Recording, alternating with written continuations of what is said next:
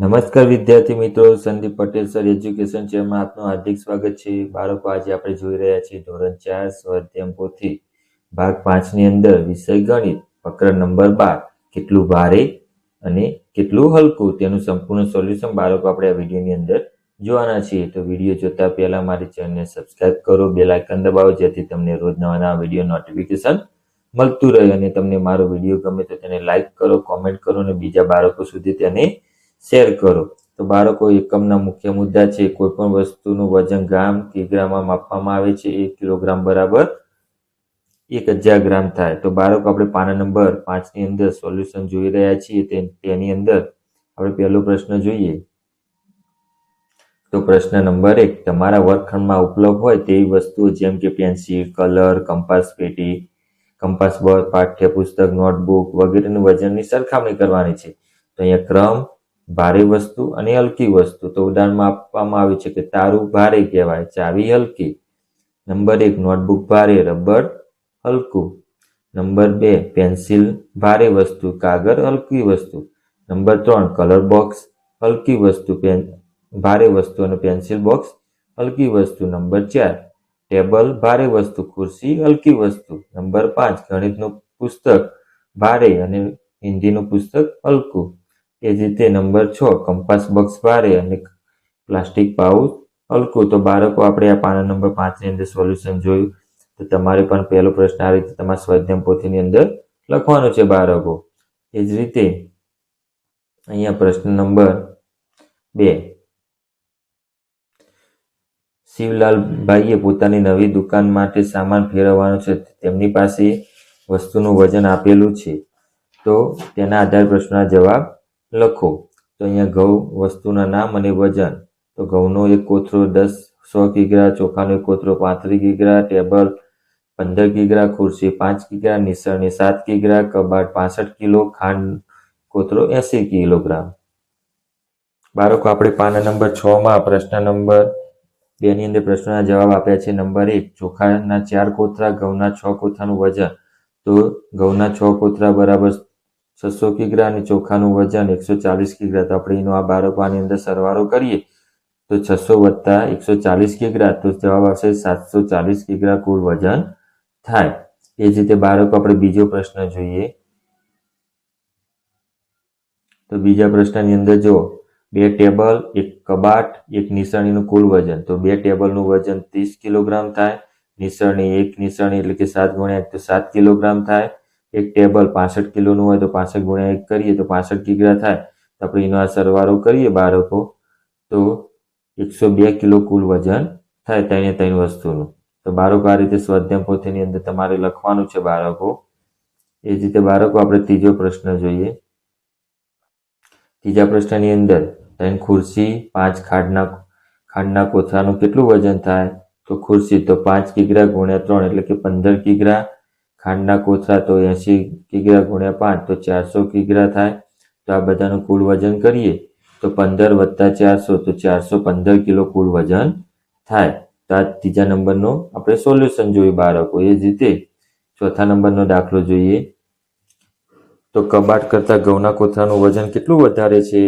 તો ઘઉંના કોથળાનું 100 કિલોગ્રામ અને કબાટનું વજન 65 ગ્રામ છે। તો એની બાદબાકી કરીએ તો 35 કિલો વધારે વજન ઘઉંના કોથળાનું છે।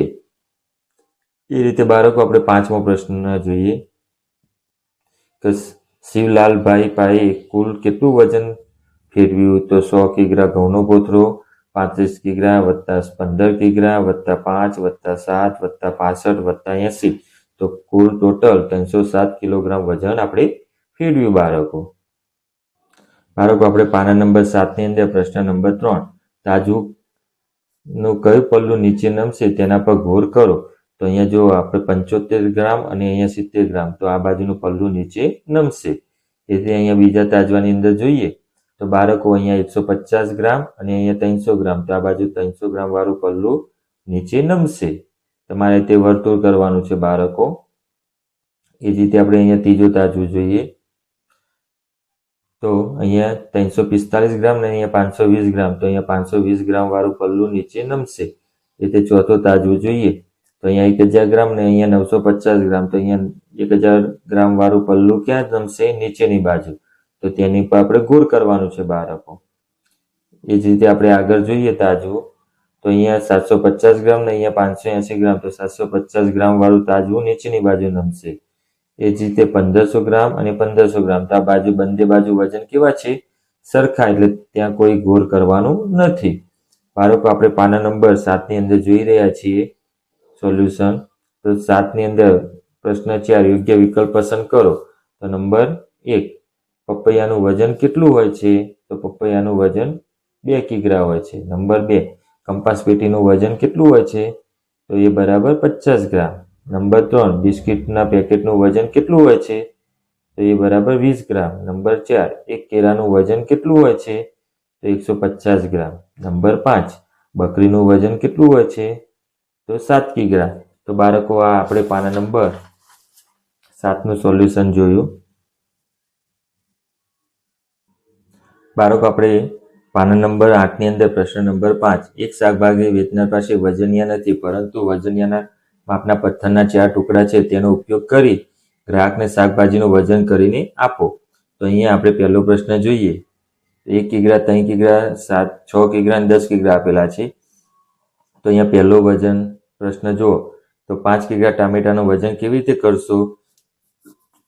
તો એક પલ્લામાં 6 કિલો પથ્થર મૂકવાનો અને બીજા પલ્લામાં 1 કિલો પથ્થર મૂકી બાકીના ટામેટા મૂકીએ એટલે 5 કિલો ટામેટાનું વજન થશે. નંબર 2, 8 કિગ્રા ડુંગળીનું વજન કેવી રીતે કરશો? તો એક પલ્લામાં 3 કિગ્રા અને 7 કિગ્રાના પથ્થર મૂકી 9 કિલોગ્રામ કરી અને બીજા પલ્લાની અંદર 1 કિલોગ્રામ પથ્થર અને 8 કિલોગ્રામ કરવાના. એ જ રીતે ત્રીજા નંબરની અંદર જોઈએ, 14 કિલો બટાટાનું વજન, તો અહીંયા આપેલું છે એ રીતે તમારે કરવાનું છે બાળકો.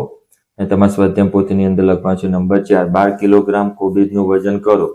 તો આ રીતે મેં લખ્યું છે એ રીતે તમારી સ્વાધ્યાય પોથીની અંદર લખી અને આપણે કોબીજનું વજન 12 કિલો કરવાનું છે. એ જ રીતે બાળકો 5મો નંબર જોઈએ. તો 5મા નંબરની અંદર 18 કિલો દૂધીનું વજન કરો. તો એક પલ્લામાં 10 કિલો, 6 કિલો, 3 કિલો પથ્થર મૂકો, બીજા પલ્લામાં 1 કિલો પથ્થર અને 18 કિલો દૂધી મૂકો. તો આ રીતે 18 કિલો દૂધીનું વજન કરી શકાય. એ જ રીતે બાળકો આપણે પ્રશ્ન નંબર 6 જોઈએ. તો પ્રશ્ન નંબર 6, નંબર 1, એક બિસ્કિટ પેકેટનું વજન 250 ગ્રામ છે. એક વેફરના પેકેટનું વજન 50 ગ્રામ છે. તો 5 પેકેટ બિસ્કિટ અને 2 પેકેટ વેફરનું કુલ વજન કેટલું થાય? તો 5 પેકેટ બિસ્કિટનું વજન 1250 ગ્રામ થાય અને વેફરનું 100 ગ્રામ થાય. તો આ બધાનો સરવાળો કરીએ તો 1350 ગ્રામ કુલ વજન થાય. તો બાળકો આપણે આ પાના નંબર 8નું સોલ્યુશન જોયું. બાળકો આપણે પાના નંબર 9 ની અંદર પ્રશ્ન 2, તમારા મિત્રના વજન કરો અને તેના પરથી પ્રશ્નના જવાબ લખો. બાળકો અહીંયા મિત્રોના નામ અને વજન આપ્યા છે. તો નંબર 1, કૈનિક 25 કિલો, દશરથનું 22 કિલો વજન, ભૂમિનું 19 કિલો, શ્રુતિનું 21 કિલો અને કુંજનું 20 કિલો વજન આપેલું છે. તો બાળકો એના આધારે આપણે અહીંયા પ્રશ્નના જવાબ લખવાના છે.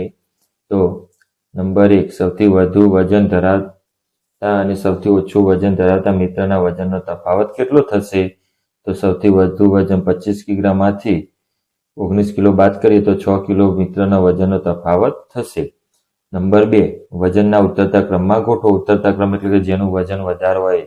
તો પહેલો કૈનિક, બીજો દશરથ, શ્રુતિ, કુંજ અને ભૂમિ. આ રીતે આપણે ઉતરતા ક્રમમાં દર્શાવવાનું છે બાળકો પોતપોતાની સ્વાધ્યાય પોથીની અંદર. એ જ રીતે બાળકો ત્રીજો પ્રશ્ન જોઈએ. પહેલા અને છેલ્લા મિત્રના વજનનો સરવાળો. તો પહેલા મિત્રનું વજન 25 કિગ્રા છે અને છેલ્લા મિત્રનું વજન 20 કિગ્રા છે. તો એ બેનો સરવાળો થશે 45 કિગ્રા.